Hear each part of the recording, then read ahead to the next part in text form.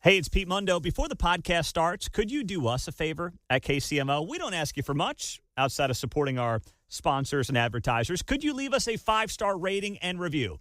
Apple, Spotify, wherever you get your podcasts. Helps us a lot. We so appreciate you doing that. Well, they got something done last night in Congress. I can't believe it. Talk about a bombshell. Yeah, how about that? Good morning, 6:05. It is great to be here on 95.7 FM, KCMO Talk Radio. We are always streaming on the KCMO Talk Radio app. So I am not going to make your eyes glaze over at 6:05 and break down by the numbers this House GOP budget plan.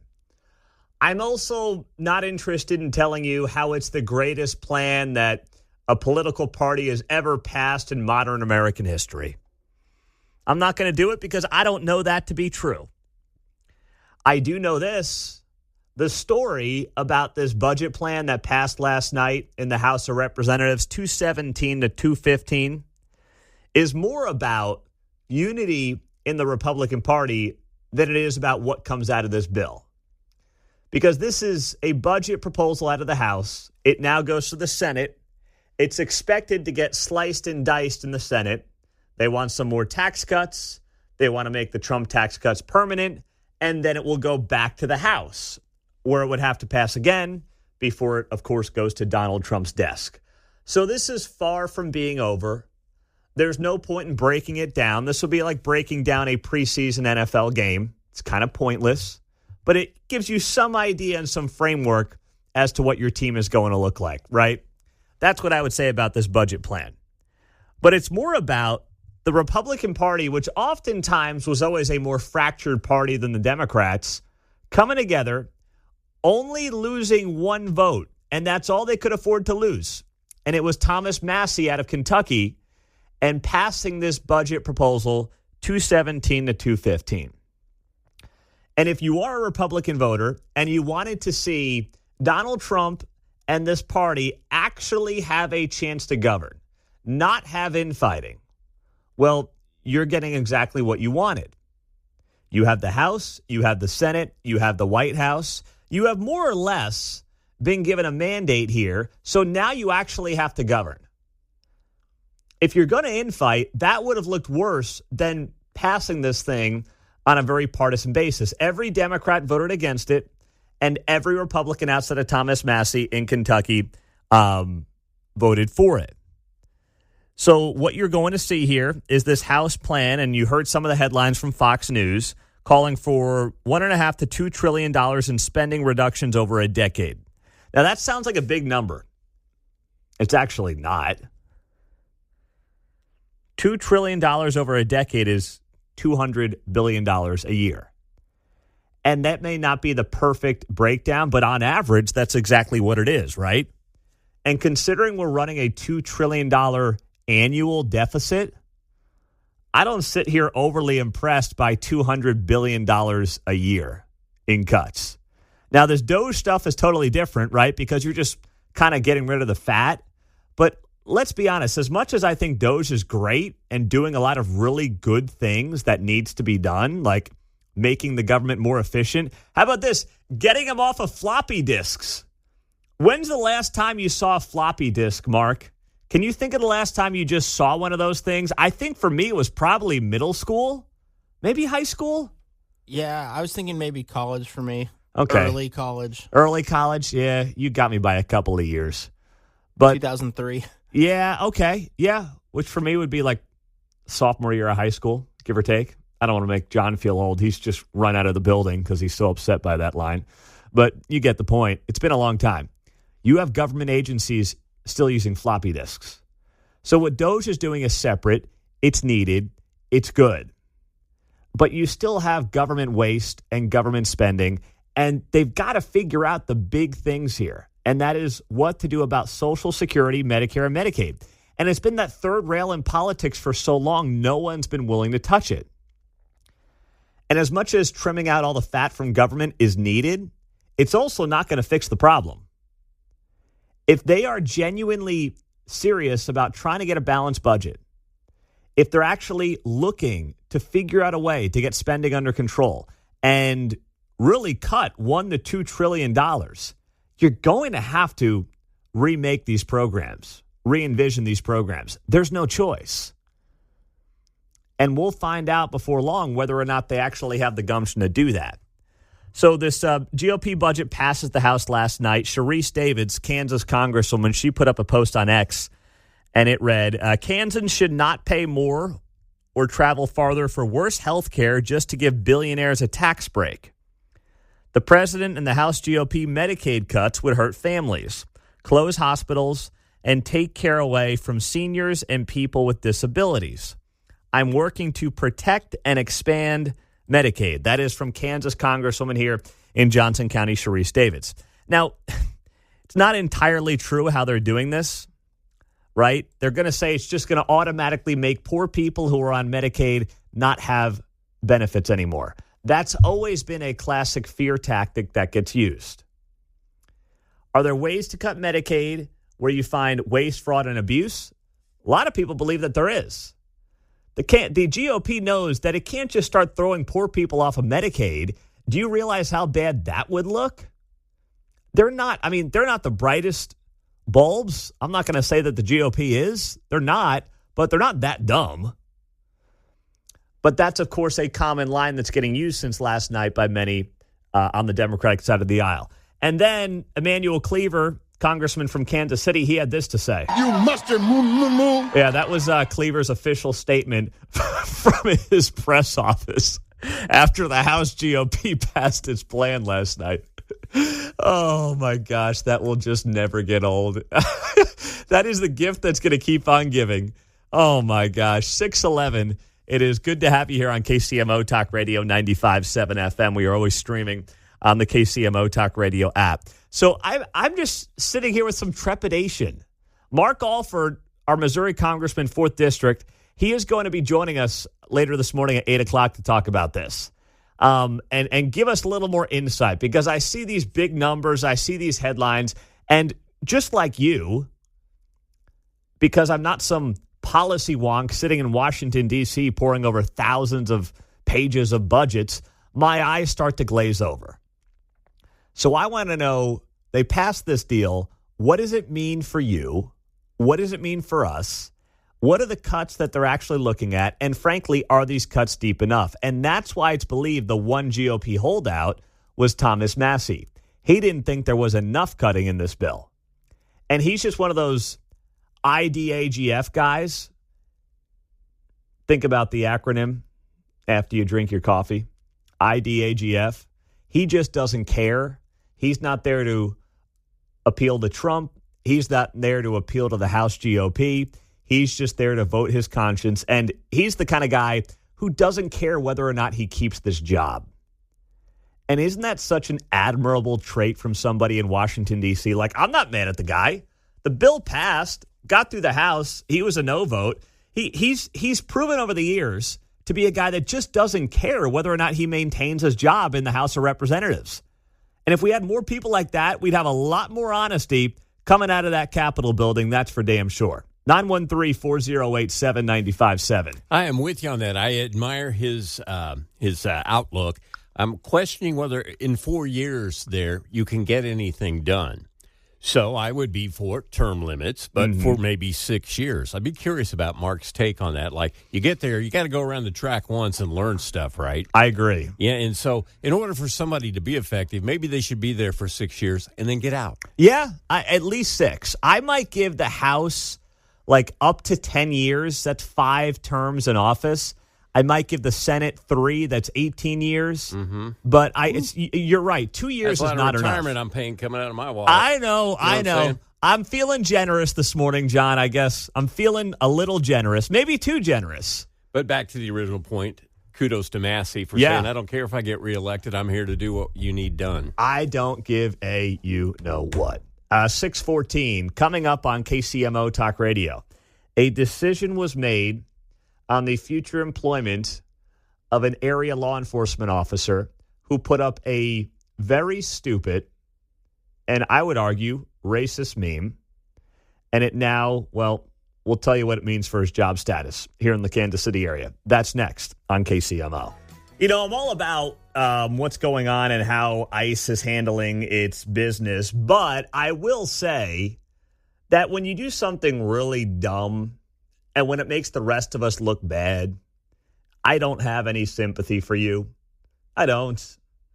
And that's how I feel about this Clay County Sheriff's deputy who it turns out was terminated for a dumb meme that he put up on his social media page. This guy is a Clay County Sheriff's deputy, and the meme he put up after El Potro was raided by ICE agents, 2-3 weeks ago, Mexican restaurant up in Kansas City or up in Liberty. He put up a meme, and I didn't see it, but it's been described as a fake image of Donald Trump holding a gun out of a car window with the words, "Time to put the panic back in Hispanic." He's a sick guy.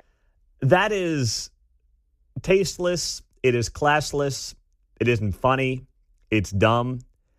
And it's racist. And frankly, it makes all of us who actually support the policies because we care about the well-being of the American people look ridiculous.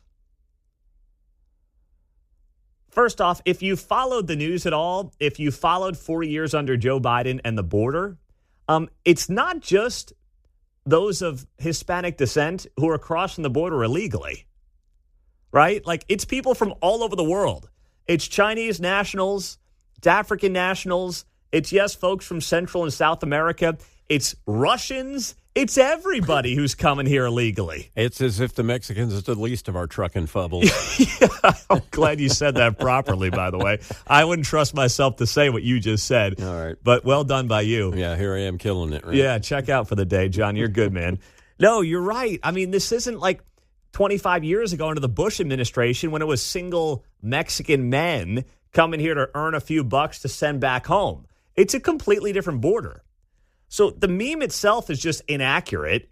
It's corny. It's racist. And for those of us who care about the border because, we care about the stories of people like Laken Riley, the young girl who lost her life going out for a run at the University of Georgia and was killed by a man who was here illegally, who was well known by law enforcement around the country, and nobody did anything about him. We care about those people, care about the jobs in oftentimes poorer neighborhoods where those people now have to compete with illegal immigrants for labor, for work.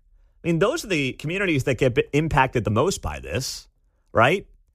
It's not your hoity-toity Northeast Johnson County neighborhoods that feel the impact of illegal immigration. They don't have to compete for housing. They don't have to compete for jobs. They don't see them. They might see them like in their lawn, right? Mowing their lawn, but they don't have to compete with them in any real way, shape, or form. Those in the working poor communities around Kansas City and around the country have to compete with them. So that's also what this is about. It's about the economy at large as well. And it's not that every illegal immigrant is here to hurt somebody. I don't believe that to be true.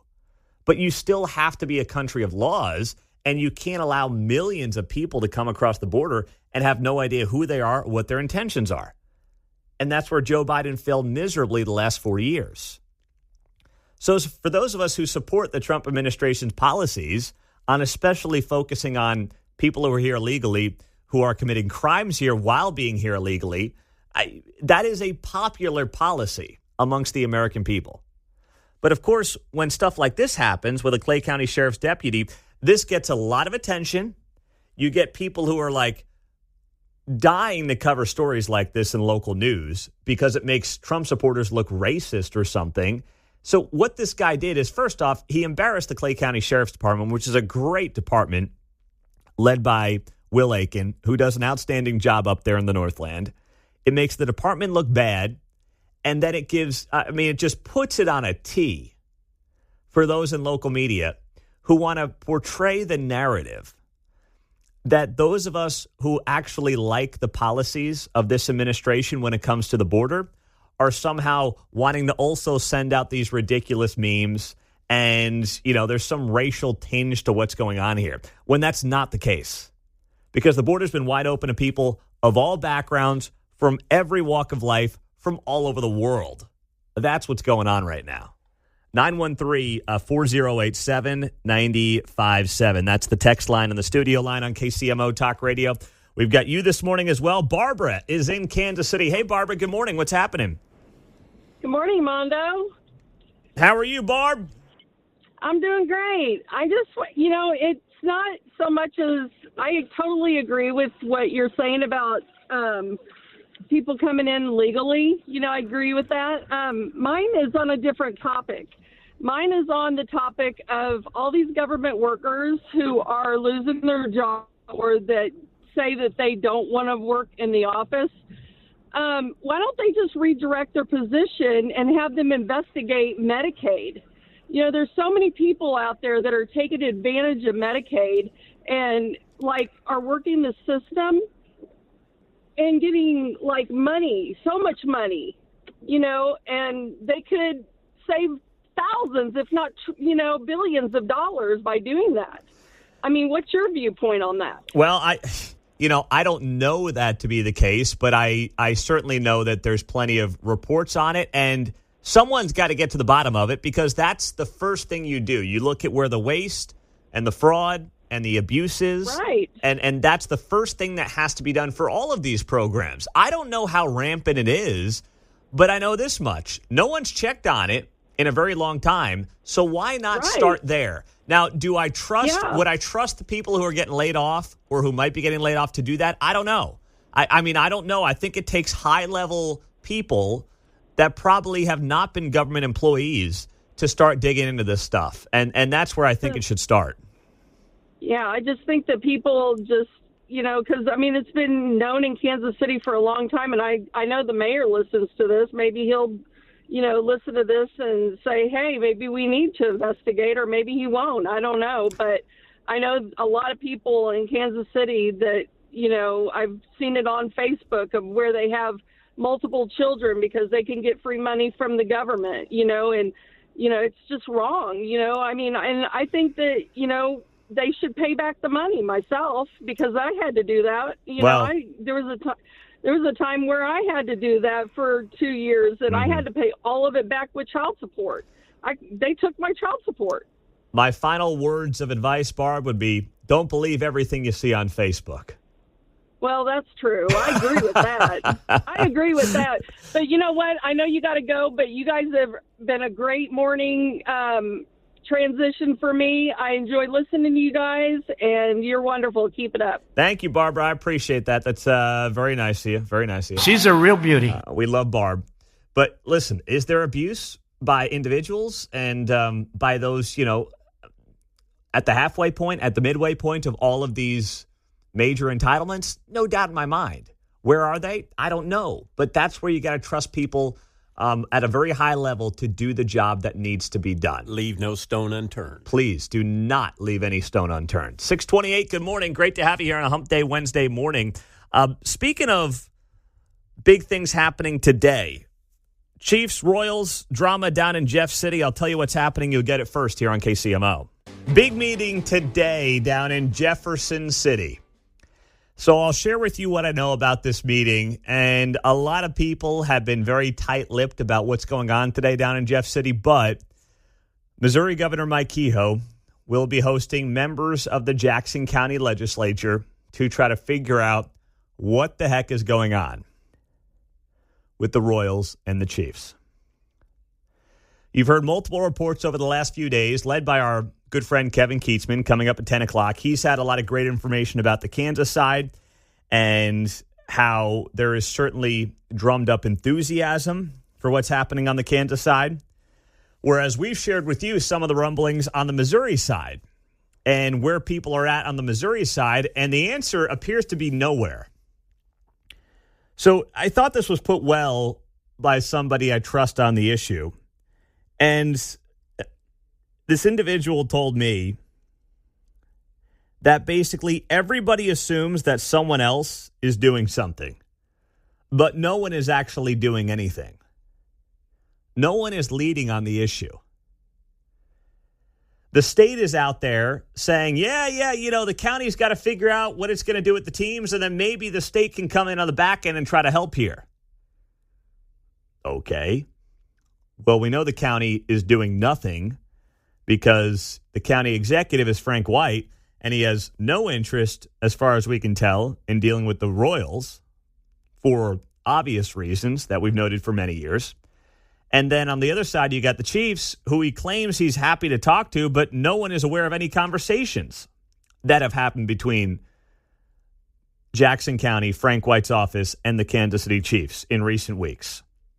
And this comes, of course, almost a year after that tax extension was put on the ballot in Jackson County, and it went down in flames for the Royals to go downtown to the Crossroads and for the Chiefs to basically use that money to upgrade Arrowhead Stadium. And no one really knows, as far as I can tell, what the teams ultimately want to do.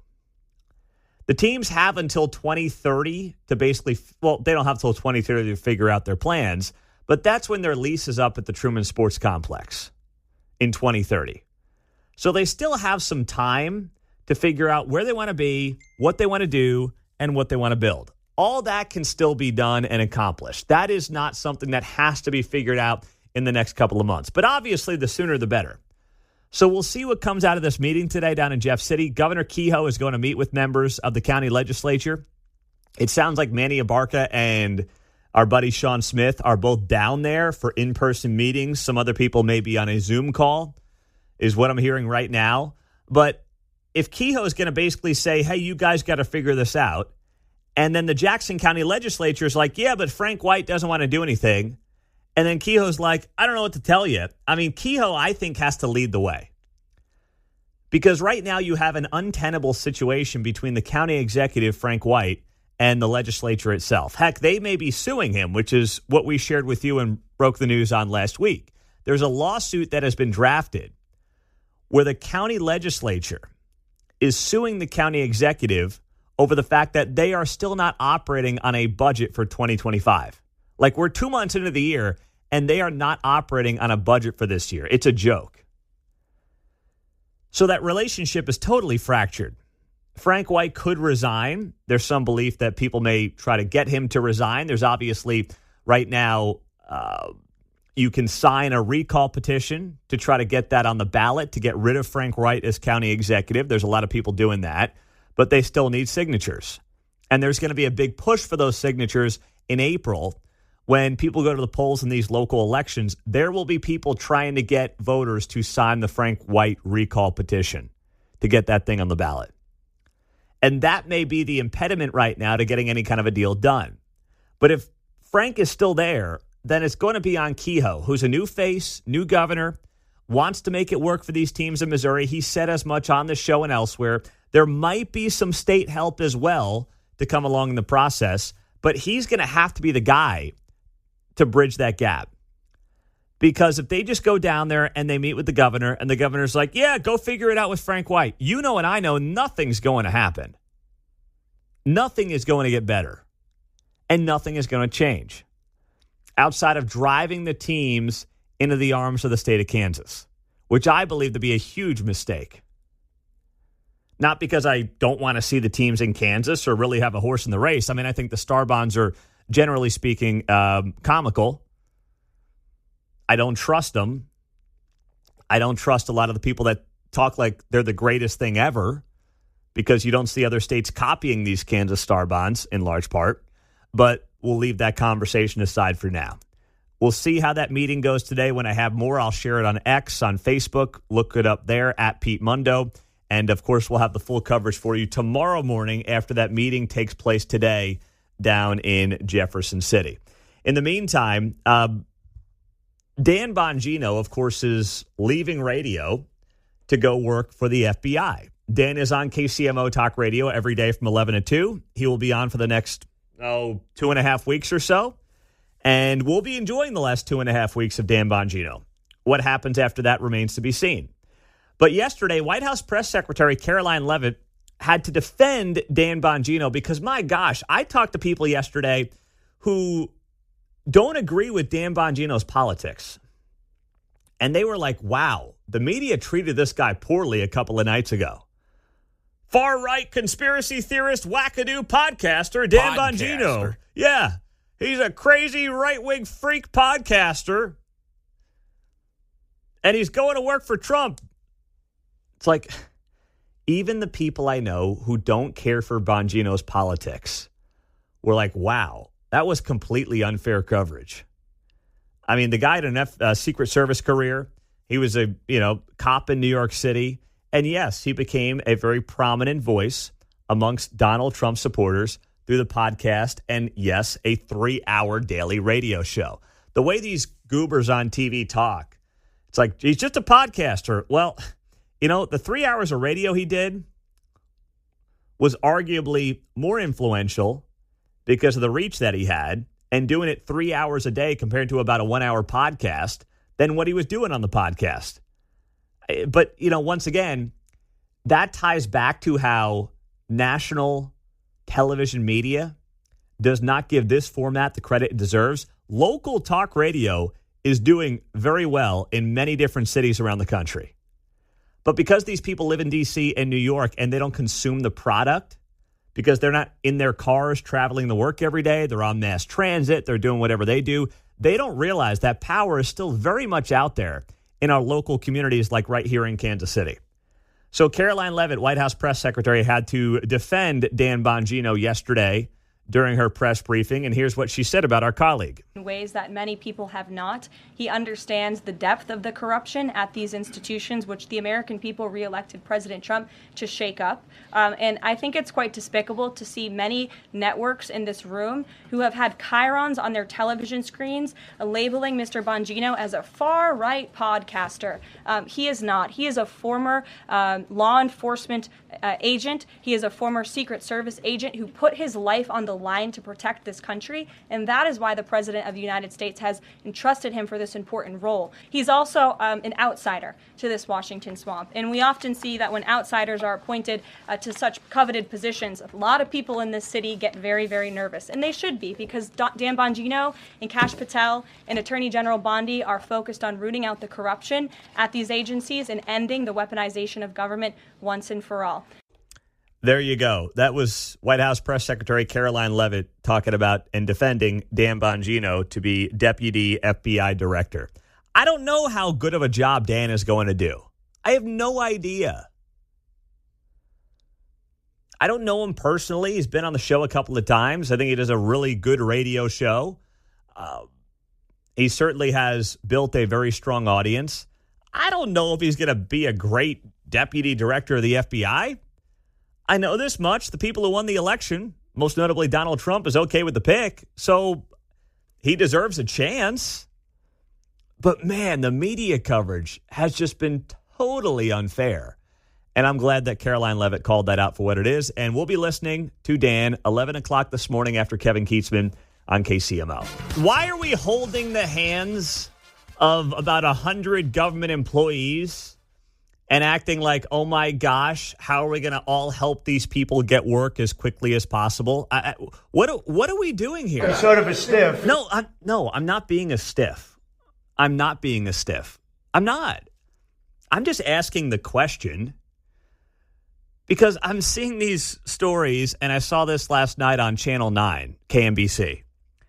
They did a whole package, including a conversation with one of the IRS employees who was let go in Kansas City. And they're like, oh, man, we got to get these people help. They're scrambling for financial security. Oh, my gosh. Welcome to the real world. I know you might have thought that your government job was just going to be there forever, and you were on a list now of workers who could never lose their job. You had security till the day you wanted to stop working. Welcome to the real world. But the media is furthering this narrative. And this one, I mean, I'm just sitting here like, where were you guys during COVID? Where were you guys when people were getting their businesses shut down? They were trying to stay afloat. You had candle shops, in Olathe who were defying the orders to try to make a living. And you guys lambasted them.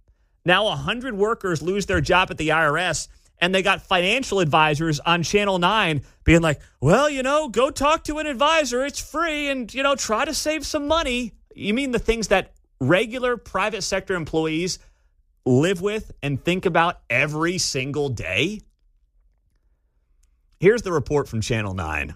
Yeah, Chris, we spoke with an IRS worker. He was laid off a week ago. He got his last paycheck. He used it for rent and bills. Financial advisors can step in and help navigate this nerve-wracking time. When I saw the parade of managers come in, I kind of knew that the writing was on the wall. An IRS worker for just 3 weeks in small business collections. I don't have savings. I'm one of many that just don't. And Jasper Hudgens Bradley was a casualty of cuts. I gave myself the space to just have a few bad days and be angry out of the public view. And now I'm kind of just, okay, back to work. You don't have to do this alone. Financial advisors in our area say when you lose your job, I thought I'd at least have longer. it's time to lock down every dollar. Your monthly expenses and really determine what are your core expenses, your non-negotiables, and what are some areas in your budget that you can really cut back. Yeah, this isn't rocket science. It's like every night at 10 o'clock, Dave Ramsey talks about this right here on KCMO. This is stuff that regular people will think about every single day. But we've now got 2-minute news reports on local TV because 100 people lost their jobs at the IRS. I know we don't teach it in schools, but it would be useful. And it's not something that you come across until it happens to you, right? That's kind of true. the way we do it. But we don't ever really talk about what you should do, or people don't pay attention. So, well, I didn't have any savings. That's not your former employee's issue. No. That, again, you suddenly realize what's important, and all of a sudden you've got to start stacking pennies. Yes. No, you're right. I mean, that's a broader conversation on how personal finance should be taught in, like, high school is a very good point. And then it wouldn't be a news story at 10. Well, it wouldn't be. With adults. No, it wouldn't be. The thing that bothers me about it is how we literally have taken 100 people who lost their jobs, and we've spun this into 15 different stories where, you know, what happened when 300 workers lost their jobs at the Clay Como plant? Were they doing stories about how, oh, man, you know, this is the personal finance stuff you should be doing? No, we weren't doing it then. So why are we doing it now? I mean, I have sympathy and empathy for anyone who loses a job, but at the same time, the way this is getting overblown, over 100 workers in a metro of 2.5 million people, where now we're doing personal finance stories and one-on-one interviews. Like, I was in small business collections, but I was only there for 3 weeks, and I got blown out, and I've got no money in the bank. Okay, how many other people in Kansas City are going to lose their private sector jobs this week who are in the same situation, who no one's going to interview on TV? Because they're not fitting the political narrative of a story that they want to tell. And that is why this is happening. I've got a news story idea. Oh, go ahead. Former government employees' frustration with government employees.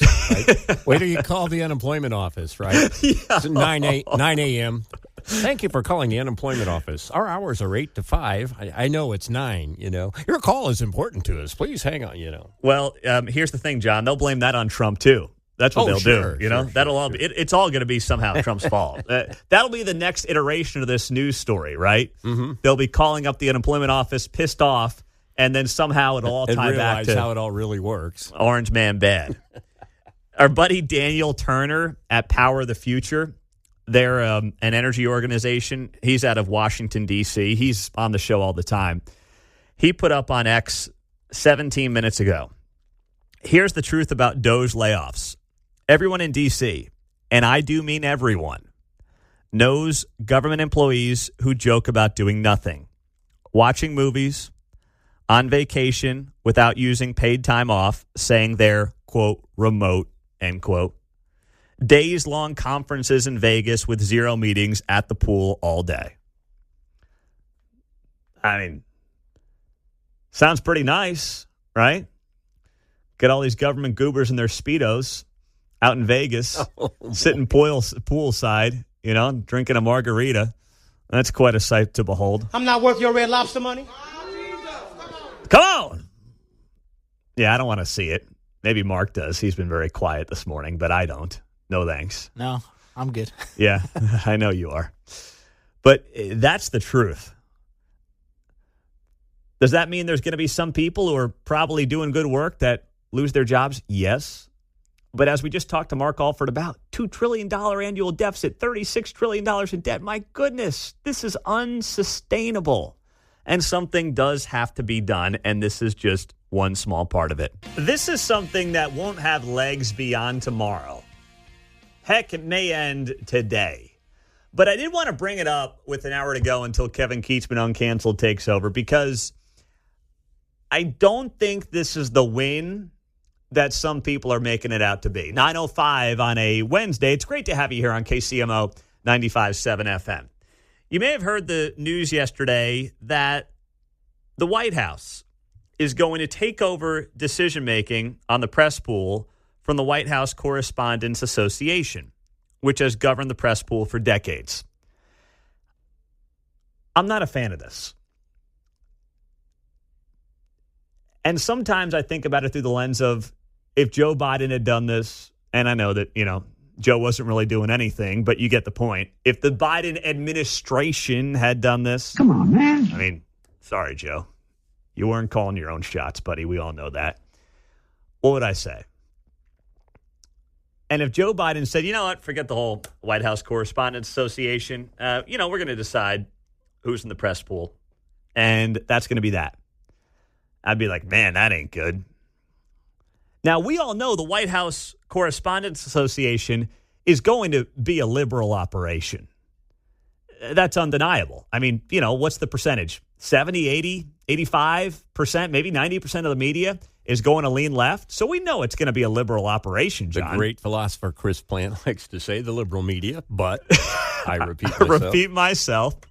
Shout out to our old boy, Chris Plant. Well done there. We know it's going to lean left. We know it might heavily skew left, whatever your interpretation of that is. But this sets the precedent that undoubtedly is going to be copied going forward, where there could be a day when a future president says, you know what? We're not going to have Fox News in the press pool anymore. We're not going to have them here. And in the end, what really matters is who you pick on, right? Who gets selected to ask questions?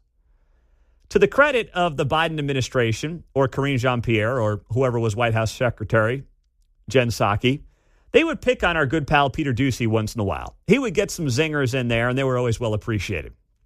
They never picked on a guy named James Rosen from Newsmax. Now, regardless of what you think of Newsmax, James Rosen is a serious reporter and a really good journalist. But because he was a Newsmax guy, they were like, he's not a serious news organization. Is he any less serious than ABC or NBC or CBS or any of the other huckster outlets on the other side that got to ask questions all day because they were serious journalists? James Rosen as an individual is a serious journalist. He never got picked on because he was a Newsmax guy. But he was there, to his credit. He was there. What really matters is who gets to ask questions. And that's why this whole thing is really overblown. It doesn't matter who's in the room, because nowadays I can watch a White House press briefing on Facebook, right? I can watch the live stream on X. What matters is who gets to ask the questions, which has to be determined by who's in the room. But you can put, if you're a liberal president, you can put a bunch of conservatives in the room and never pick on them. Or if you're a conservative president, you can put a bunch of liberals in the room and never pick on them. Here's the difference. It's a game of numbers. There's always going to be more liberal people in the press. Therefore, there's a more likely odds that you have to pick on a liberal to ask a question once in a while. And no one has taken more questions than Donald Trump. So spare me the dictator thing on this as much as anything. I think it was Obama who first replied in the press conference room. This is my house. Oh, yeah. So I can't remember who crossed him, but he brought that up first.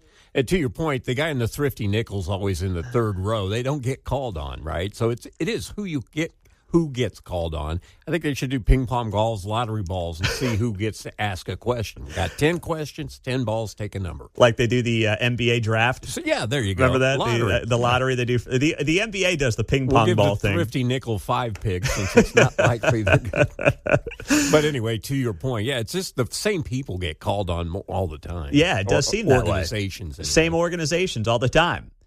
But I don't like the precedent here of the president picking who is going to be in the White House press briefing room. because one day that's going to be turned on us. And as conservatives, what did we say back when Harry Reid, remember this back in the day, Harry Reid, who was then the Senate Majority Leader from Nevada, he came out and he said, you know what? I'm going to reduce the votes on judges from 60 to 51, a simple majority. What happened? Mitch McConnell said, be careful what you wish for. The precedent was set. McConnell then took that and applied that to Supreme Court nominees. And that is how we got all of Trump's nominees on a simple majority, not getting to the 60-vote threshold. Harry Reid set the tone for that. Harry Reid laid the foundation for that. And then the Republicans said, you know what? You guys want to play this game? We're going to play it on our end. That's what we're going to do. And that's what I'd say about this situation. Not that I trust the White House Correspondents Association. I don't. They probably lean left. But if you want to be in a situation where suddenly the president and his team are picking who gets to be in the press briefing room, you might rue the day. And I'm just going to say, we don't want to have the conversation in 4 years, in 8 years, whenever, and there will be a Democrat in the White House again. That's how this works in this country. They will exist in the White House once again, where we're like, can you believe they're not letting Fox News in the press briefing room? I don't want to have that conversation one day. I don't. And if we have to have it, well, you know, if you're not outraged right now, you can't really be outraged in 4, 8, 12 years from now. You can't do it. The text line is 913-4087-957. That's also the studio line here on KCMO Talk Radio 95.7 FM. Pete, I think that should be the decision of whoever is president. If Joe Biden didn't want Fox News in there, they shouldn't be in there. Trump gives so many news conferences on the outside of the White House, it should not make much of a difference who is in there. They will still get to ask questions. Now, that's the caveat here. Trump obviously, I saw this yesterday. Trump has taken like 1,040 questions in his first month. Joe Biden took like 100. That was noted actually on CNN last night. So I see what you're saying there. But do you really want Joe Biden determining who's in the White House press briefing room? I don't. This is how far we've come. The press is supposed to be completely independent. Mm-hmm. So the president shouldn't have any say. No, I mean, I don't know. Yeah, functioning independently, but it doesn't, and so now here we are. Yeah, right? And the thing that was noted by Jackie Henrick, Fox News senior White House correspondent, she was critical of this, and she said that this move does not give the power back to the people. It gives the power to the White House. Now, you can say the White House is duly elected, but the White House Correspondents Association is democratically elected by the full-time White House press corps. So basically, they get to vote on who the people are in charge and who the people are in power. 913-408-7957 on KCMO Talk Radio 95.7 FM. Streaming, as always, on the KCMO Talk Radio app. We've got our caller of the day coming up at the bottom of the hour. We've got this Clay County cop who was fired we'll tell you about. And two situations happened yesterday on the Johnson County side of the state line that puts home and proves home a point we've talked about for a very long time. And that is that crime in Kansas City will spread beyond Kansas City. We'll get to it next. Two things happened last night in Johnson County about 12 minutes away from each other. And for those of you who think that, hey, not in my backyard, not in my neighborhood, I got some bad news for you. It is in your backyard, and it is in your neighborhood. So yesterday, I was first alerted to this, and I have not seen any stories on this in local news yet, but something happened at the 7400 block of Shawnee Mission Parkway. So it's Shawnee Mission and Metcalf. There's a quick trip there. And according to one of our listeners who actually was there and flagged this for us and posted a picture that's up on my X page at Pete Mundo, they claim that there was some attempt at grand theft auto at the quick trip on Shawnee Mission Parkway in Metcalf. And about an hour later, the Overland Park Police Department put an update on X And they wrote here, officers responded to an armed robbery at a business in the 7400 block of Shawnee Mission Parkway. Now, this is that same location that one of our listeners posted about and took a picture of and tagged us on social media. They write here, a suspect was located and officers engaged in a vehicle pursuit that traveled into Missouri. The suspect was taken into custody in Lee's Summit. Overland Park PD has no update on this on its social media from 11 hours ago. It's like they want to bury this thing, sweep it under the rug. Not in Overland Park, not in our backyard. This stuff doesn't happen here. Oh, it does. But they just hope it doesn't get the coverage. That's what they hope. And then, same thing, last night, 12 minutes down the road, 8:30, gunshots erupt in a Prairie Village parking lot. Driver escapes from a would-be carjacker. Now, I don't know if these two situations are connected or not. We don't have any reporting on this. But this story, this separate incident in Prairie Village, was covered by KCTV5. They write here, Prairie Village police responded to an attempted armed carjacking, 1900 block of West 75th Street, just a few blocks north of Hy-Vee and due west of State Line Road. A driver was stopped at the red light when two suspects pulled up next to them in a motorcycle. The suspect passenger opened the victim's driver's side door. The victim was able to pull the door shut and drive west on 75th Street. One suspect pulled out a handgun and fired several shots at the victim as they drove away. The suspects fled eastbound on West 75th Street in Missouri and were apprehended by KCMO police after an accident. Both suspects were taken to the hospital, will be held in custody. Following treatment, they'll be charged. So you're at a red light in Perfect Village, as those residents like to call themselves. 8:30 at night. Not like it's 2:30 in the morning in Prairie Village. Not that that would be any more acceptable, but 8:30 at night. You could be in the car with your kids at 8:30 at night. And you've got this happening in Prairie Village, 75th Street and State Line Road. 12 minutes away from where there was either an armed robbery attempt or an armed carjacking situation, Grand Theft Auto, at a Quick Trip on Shawnee Mission Parkway. For 5 years, we've talked about how if you don't get the crime under control in Jackson County, in KCMO proper, it will spread all over the region. It will spread east through Jackson County, where there have been plenty of problems. It will go to the Northland.